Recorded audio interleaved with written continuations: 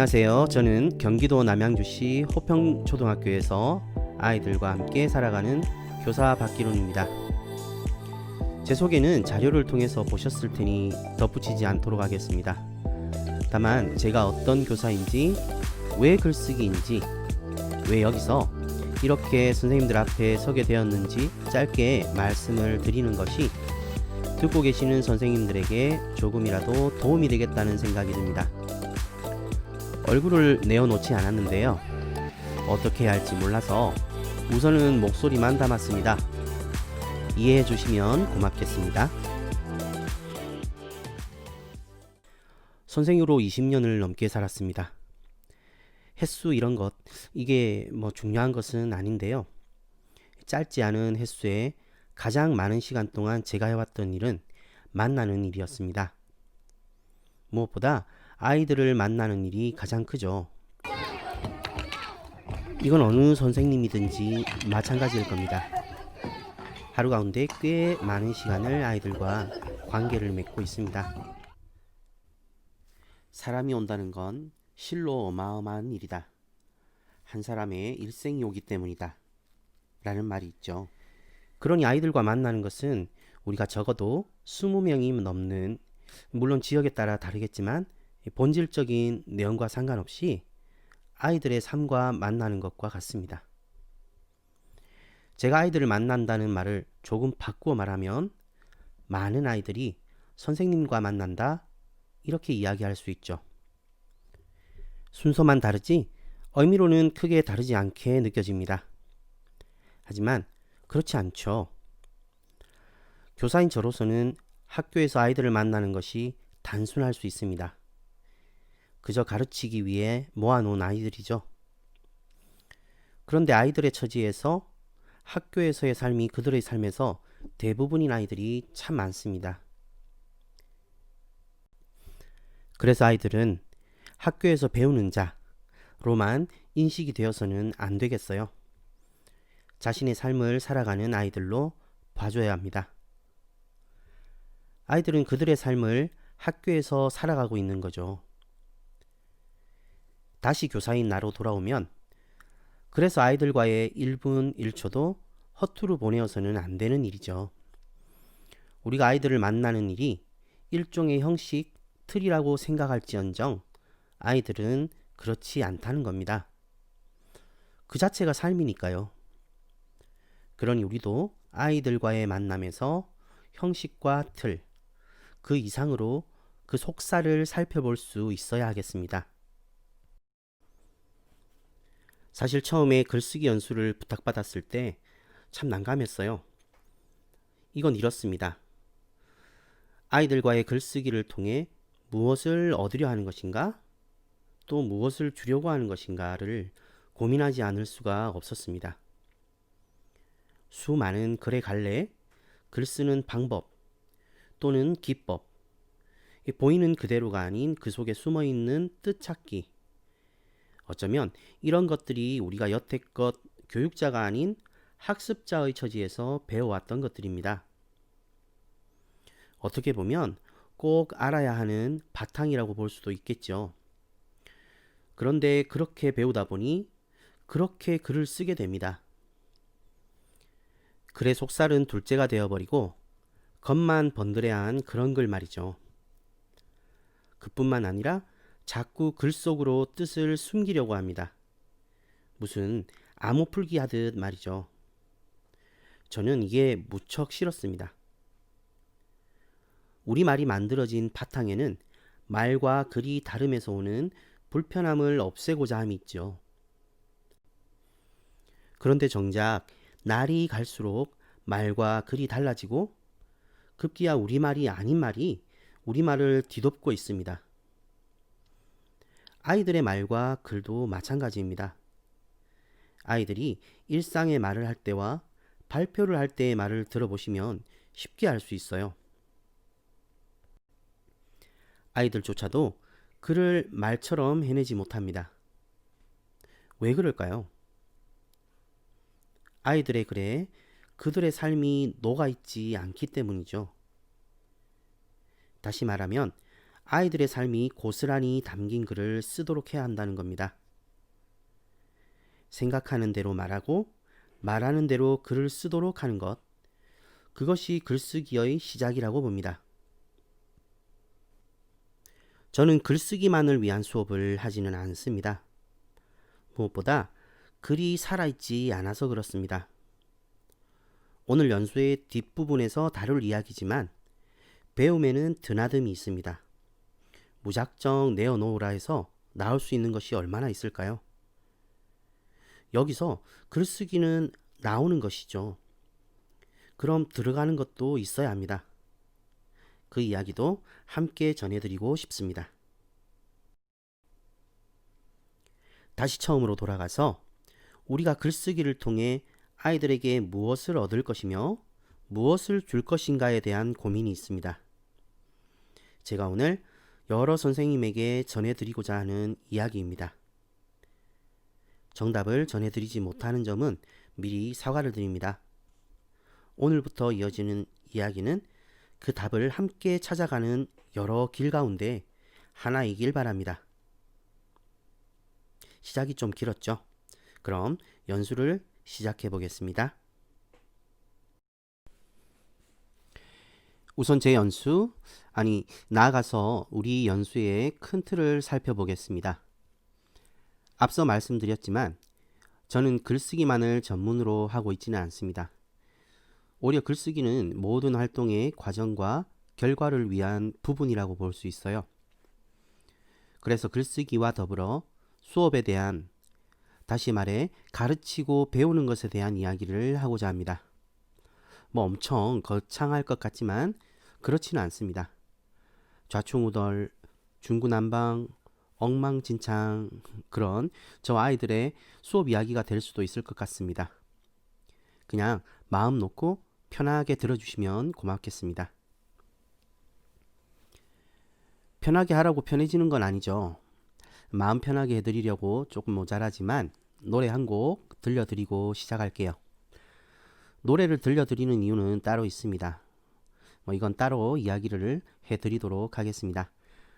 하루를 정리하고 마무리할 시간에 이렇게 힘든 연수를 듣고 계시는 여러 선생님에게 작은 위로가 될 수 있기를 바랍니다.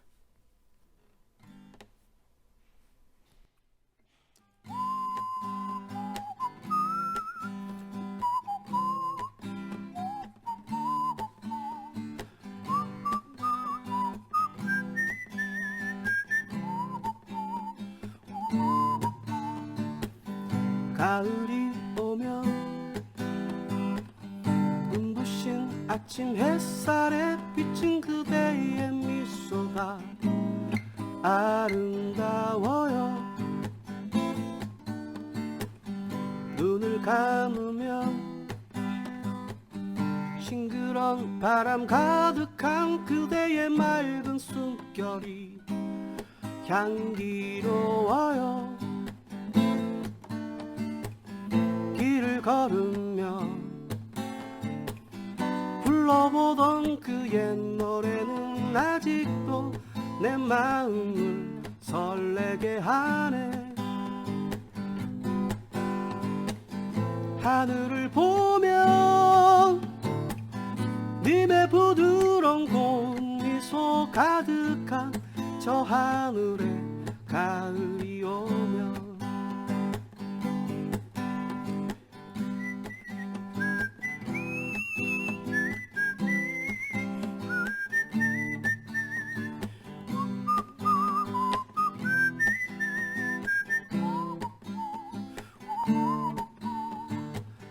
가을이 오면 호숫가 물결 잔잔한 그대의 슬픈 미소가 아름다워요.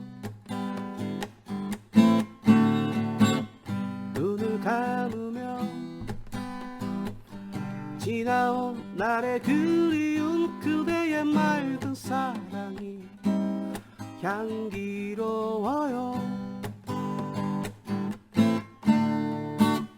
노래 부르며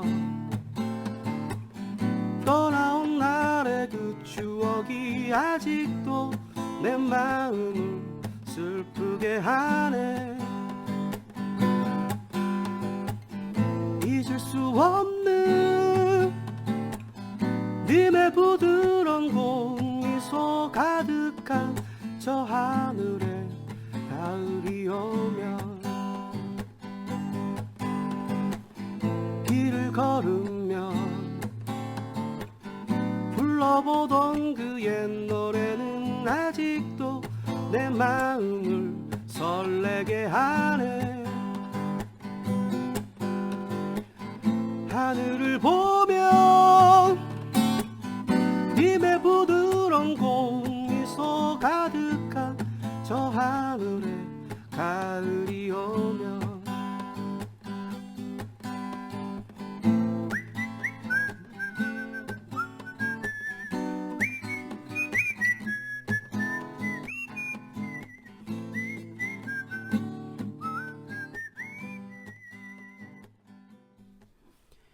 노래는 잘 들으셨나요? 참 오지랖도. 아무튼 마음 편히 시작했으면 하는 바람입니다. 돌아보는 글쓰기로 시작을 해보겠습니다. 기록과 성찰에 관한 이야기입니다. 글을 쓰는 여러 까닭이 있겠지만 제가 지금 첫째로 생각하고 있는 것입니다. 특히 성찰, 즉 돌아보기는 글쓰기를 통하지 않고서는 쉽지가 않습니다. 혼자서 생각만 하는 것은 그 뜻을 다하기 쉽지 않습니다.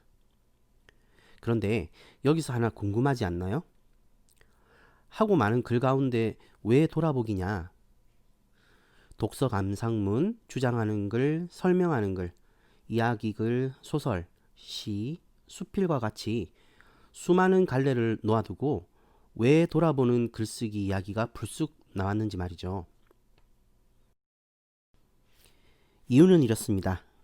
첫째로 정해진 틀이 없습니다. 둘째는 마음대로 쓸 수 있습니다. 그리고 셋째는 성장하는 글, 잘하는 글입니다. 앞서 말씀드린 여러 갈래의 글은 정해진 틀이 있습니다. 갇혀있는 글이 되기 쉽죠. 생각을 드러내기보다, 즉 나의 글이 되기보다는 남의 글이 되기 쉽습니다. 책 속의 글을 다시 되풀이하게 되고 여기저기에 널린 자료들을 담아 넣어야 하고 몸으로 겪기보다는 매체나 온라인을 통해 간접으로 알게 된 사실을 늘어놓게 됩니다. 글을 쓰기보다는 글을 지어낸다고 하는 편이 맞을 겁니다. 그러니 자유롭게 쓸 수가 없겠죠. 자유롭게 쓸 수 없는 글은 편안하지 못합니다. 글쓰기가 힘들어지고 글을 쓰는 것이 싫어지겠죠. 돌아보는 일은 결국 스스로를 잘하게 해줍니다. 느낌이나 경험이 생각으로 자리 잡게 되면 자기 자신을 조금씩 알아가게 됩니다. 돌아보는 글쓰기는 성장의 글쓰기가 될 수 있습니다. 대개 아이들에게 돌아보는 글쓰기는 흔히 일기라는 형식으로 이루어집니다. 그런데 요즘은 일기를 쓰지 않는 아이들이 많습니다. 게다가 일기를 살펴봐주는 선생님도 많지 않죠. 어지간한 시간과 노력을 쏟지 않고서는 힘든 일입니다. 굳이 이 힘든 이야기를 꺼내어 놓는 것은 어쩌면 아이들의 돌아보기 글쓰기로 유일한 방법일지도 모르기 때문입니다. 그렇다고 무작정 일기를 쓰게 하자는 이야기는 결코 아닙니다. 여기서도 형식에 대한 이야기를 하지 않을 수 없습니다. 매일 힘들게 일기를 쓰고 그걸 또 매일 검사를 맡고 검사를 해야 하는 일이 아이에게도 선생님에게도 편한 일은 아니겠죠. 먼저 우리가 알고 있는 아이들의 일기는 어떻습니까? 굳이 제가 여러 사례를 보여드리지 않아도 이미 알고 있는 사실입니다. 하루의 일대기 맞나요? 시간에 따라 뭘 했는지 밝히고 있는 일기가 대부분이죠. 하나도 궁금하지 않아요. 안 봐도 알고 있는 사실들을 쓰죠. 아침 몇 시에 일어났다로 시작합니다. 평일에는 학교에 왔다, 집으로 갔다, 언제 밥 먹었다. 휴일 같으면 집에 있었다, 친구를 만났다? 언제 밥 먹었다? 마지막엔 잠자리에 들었다도 있습니다. 이건 아마 다음 날 쓴 일기일 거예요. 뻔한 글이 나옵니다. 매일 똑같은 글을 써야 하는 아이들이나 재미도 감동도 없는 글을 매일 봐야 하는 선생님이나 싫은 건 마찬가지겠죠. 그렇다면 선택을 해야 합니다.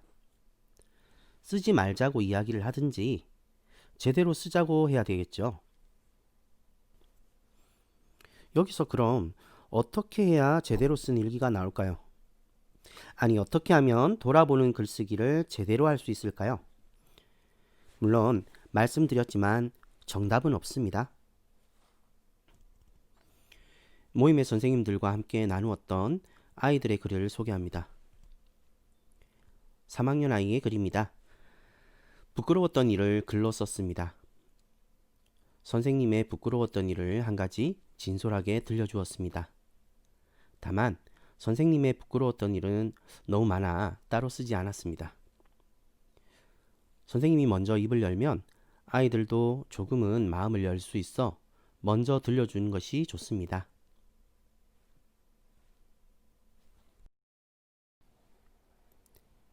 내가 부끄러웠을 때 한 일. 수동초등학교 송천분교 3학년 이준우. 나는 부끄러울 때마다 이상한 짓을 한다.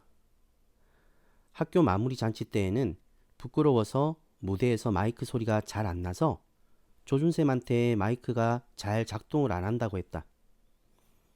그리고 무대에서 공연을 하거나 춤을 출 때 부끄러워서 온갖 생각이 다 나서 집중력이 떨어져서 목소리나 몸동작이 흐트러졌다. 나도 내가 왜 이런 짓을 하는지 모르겠다. 이 버릇을 언젠가는 고쳐낼 것이다. 우리 모임의 선생님들은 학년이 끝날 때마다 마무리 잔치를 하는 분들이 많습니다. 같이 그런 이야기를 나누다 보면 재미난 일들이 많습니다. 한 아이가 부끄러움을 많이 타서 거짓말도 하고 무대에서 실수한 일을 적은 글입니다. 마지막에 각오 한마디가 마음에 와 닿았습니다. 다음 글은 1학년의 글입니다. 먼저 글부터 볼게요. 제가 읽어드리지 않겠습니다. 찬찬히 읽어봐 주세요.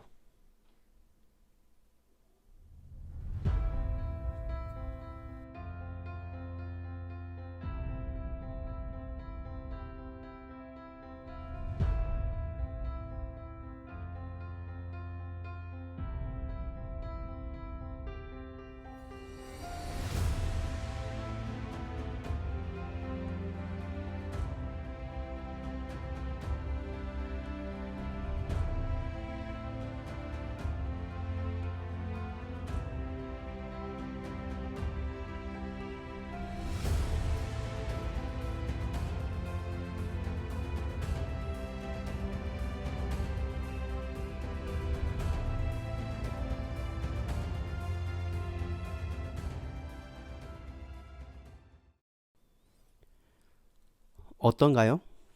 숨이 막히지 않나요? 앞에 보았던 엄마가 하는 일은 돼지책을 읽고 엄마가 하는 일을 쓴 글입니다. 5월에 책을 읽고 쓴 글인데 6월달 학부모 상담 때 엄마에게 이 글을 보여드렸습니다. 보시더니 금세 눈물을 흘리시더군요.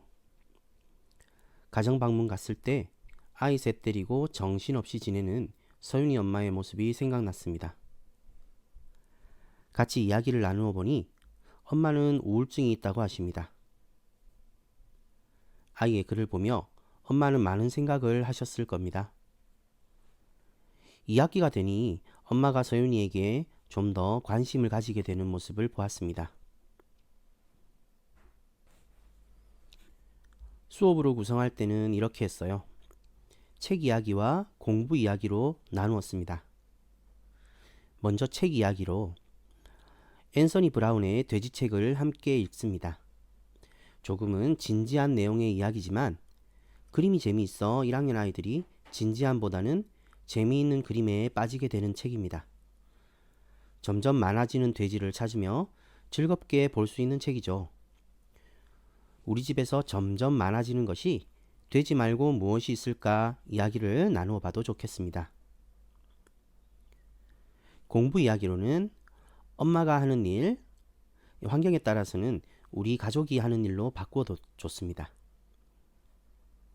책을 읽고 엄마가 하는 일을 먼저 이야기 나누고 쓰기 공책에 적어봅니다.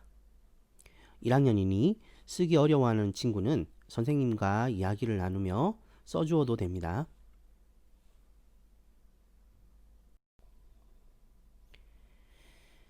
네, 들려드렸던 사례 외에도 아이들과 함께 할 수 있는 글쓰기 방법이 어떤 것들이 있는지 말씀드려 보겠습니다.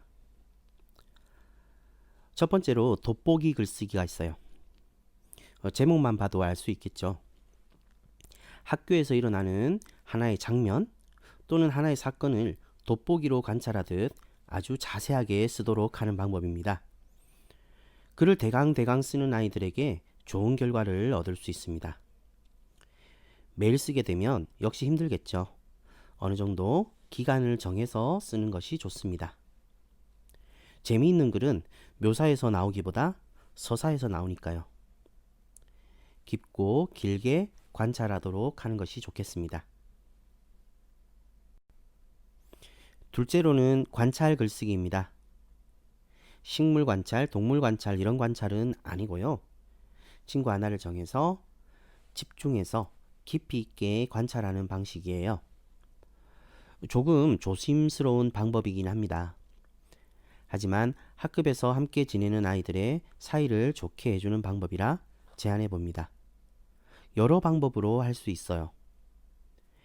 한 친구를 선택해서 길게 쓰기, 모든 친구들을 돌아가면서 쓰기, 반 친구들 모두를 돌아가며 쓰기도 있습니다.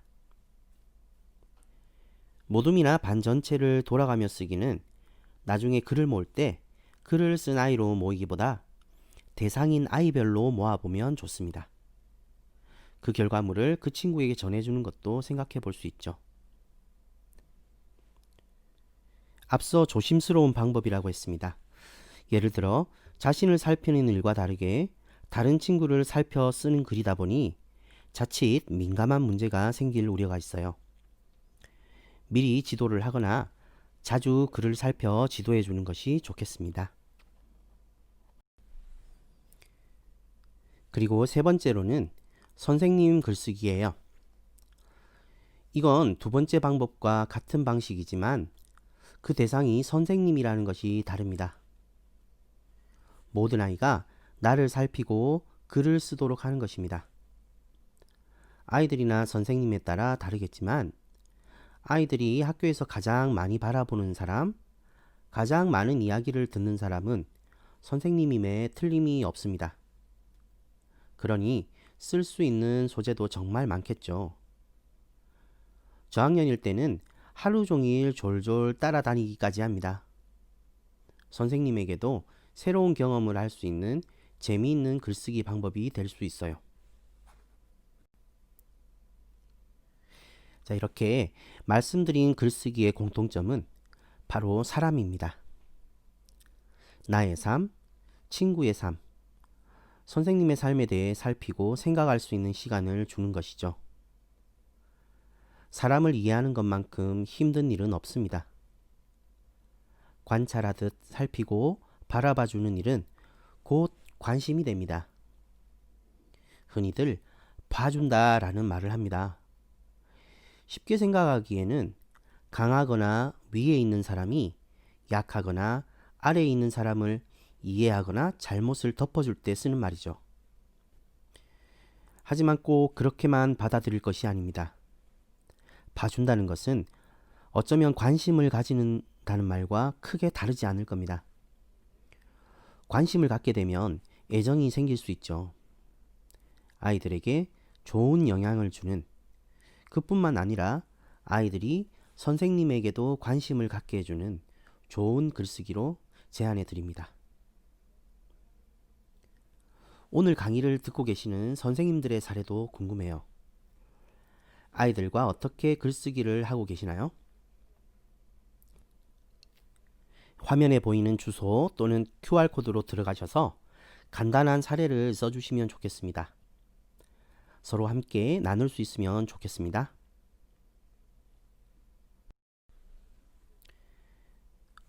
돌아보는 일은 아이들만의 몫은 아닙니다. 솔직히 고백해 볼게요. 하루라도 아이들을 꾸중하지 않은 날이 있나요? 또 하루라도 화를 내지 않은 날이 있나요? 어느 한 녀석이 또는 우리 반 아이들이 미웠던 적은 없나요? 수업을 정말 제대로 했나요? 힘들어하는 아이에게 먼저 다가선 적은 있나요? 아무리 바빠도 이야기를 건네는 아이에게 귀를 기울여 주었나요? 저는 어느 하나 자신 있게 예라고 대답할 수가 없습니다. 참 부끄러운 일이죠. 그래도 우린 또 내일을 살아야 합니다. 켜켜이 쌓아둘 수 있는 일은 아니죠.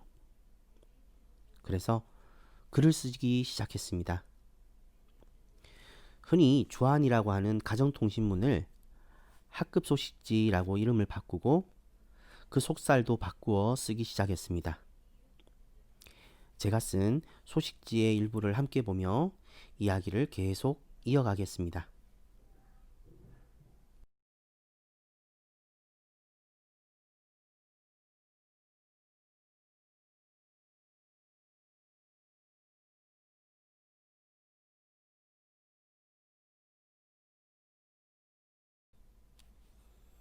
쉬운 일은 아니었습니다. 처음부터 매일매일 쓰지 않았고 지금도 한 주에 소식지 하나를 씁니다. 일주일에 글 몇 자 적는 일이 뭐가 그리 대수냐고 할 수도 있지만 써보니 그렇지 않습니다. 처음에는 무엇을 적어야 할지 몰라서 여느 주한처럼 시간표 칸을 크게 해서 넣고 짧은 안내사항 몇 가지를 적는 것이 전부였습니다. 그러다 몇 주 지나지 않아 이건 아니라는 생각을 하게 되었습니다. 그냥 편하게 마음에 담았던 글을 쓰자는 생각으로 다시 시작하게 되었습니다.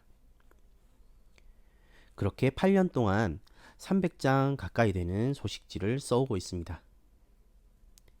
이 소식지에는 한 주 동안의 저를 돌아보는 자리가 있습니다.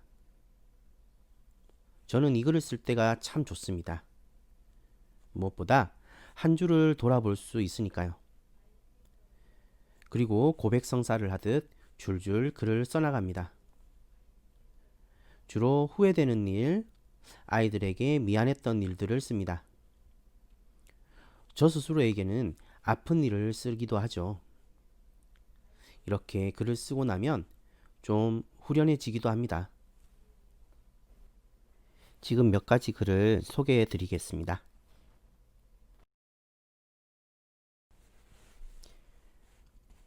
재미없어요.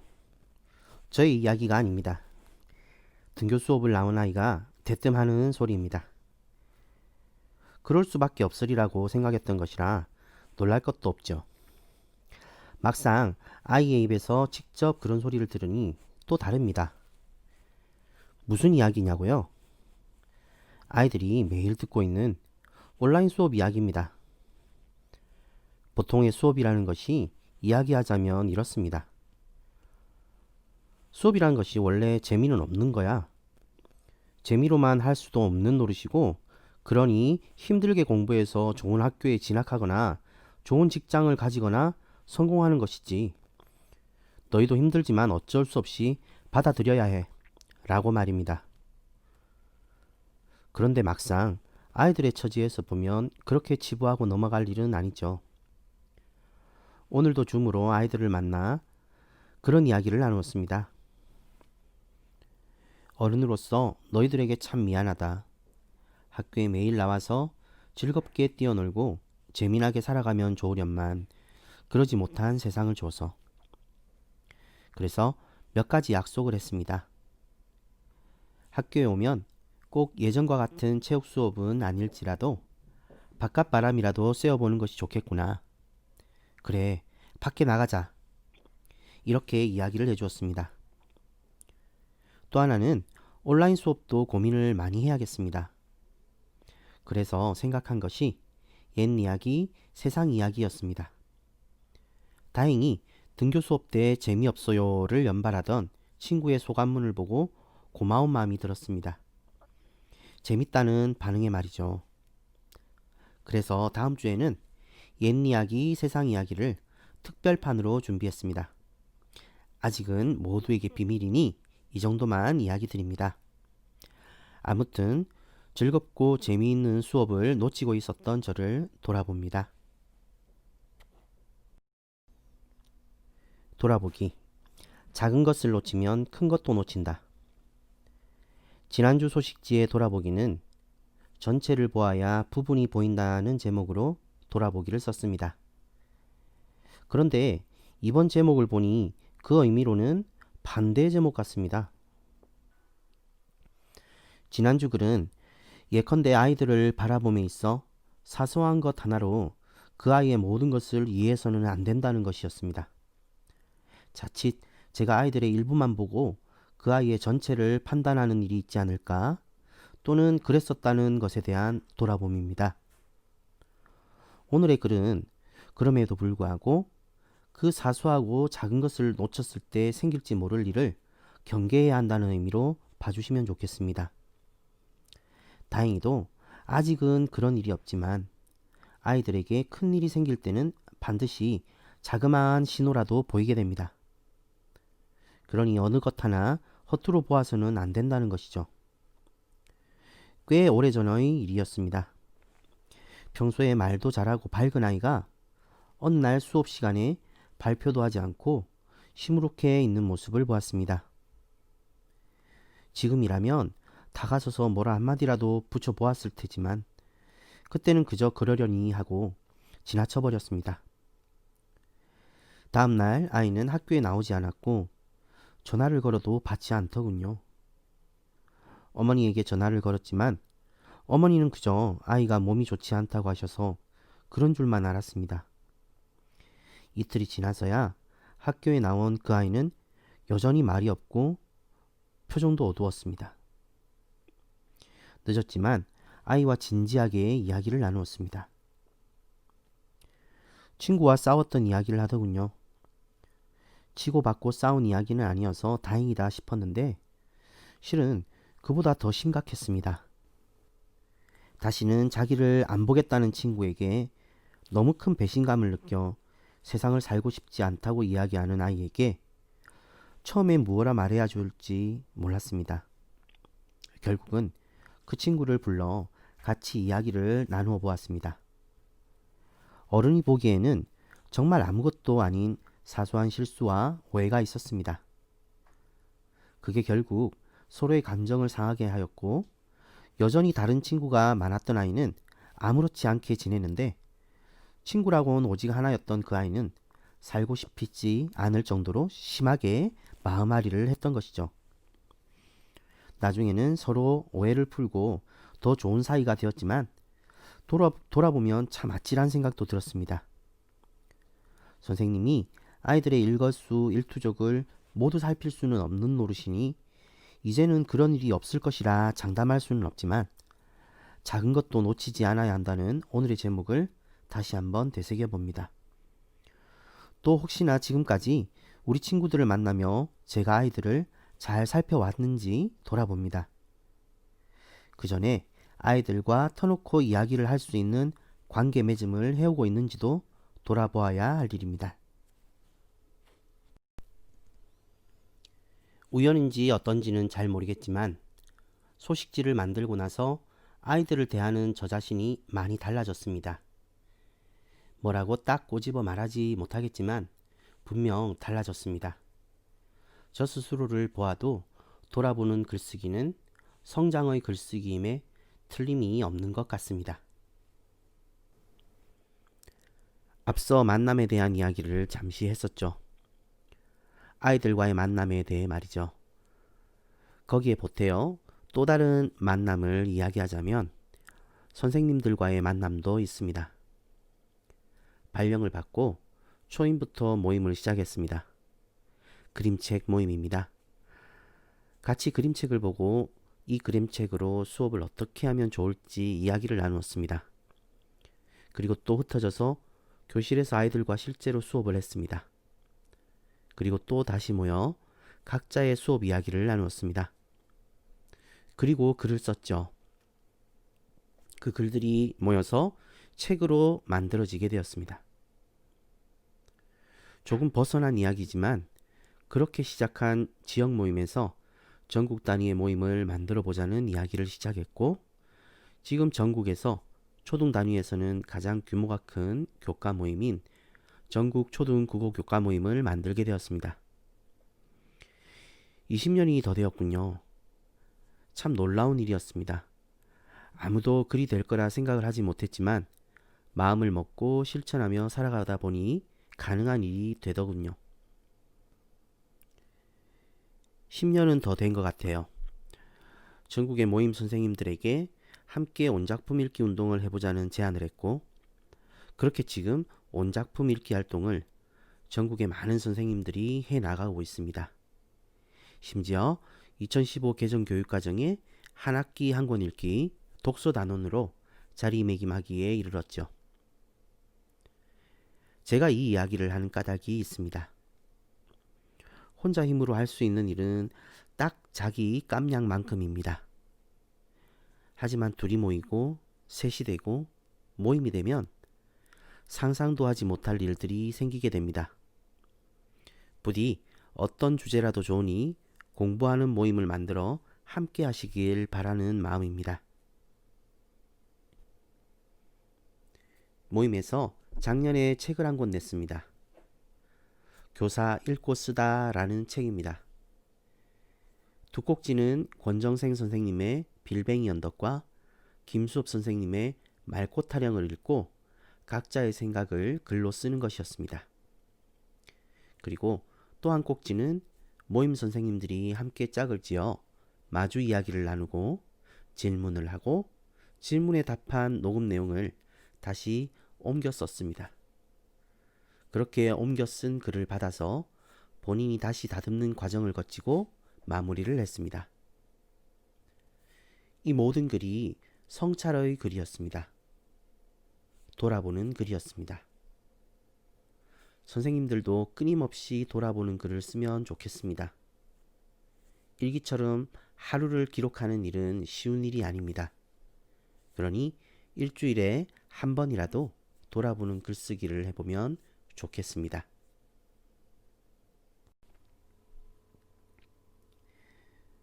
지금 보여드리는 글은 교사 읽고 쓰다 가운데 그동안 함께 공부하며 자신의 변화에 대해 묻는 질문에 제가 답을 한 내용입니다.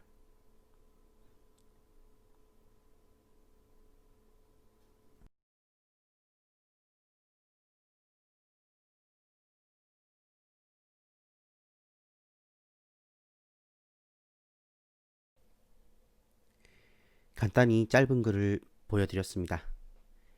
그래서 오늘 연수에서 선생님들께 짧은 글쓰기를 과제로 내어보았습니다. 아래 보이는 주소 QR코드로 들어가시면 됩니다.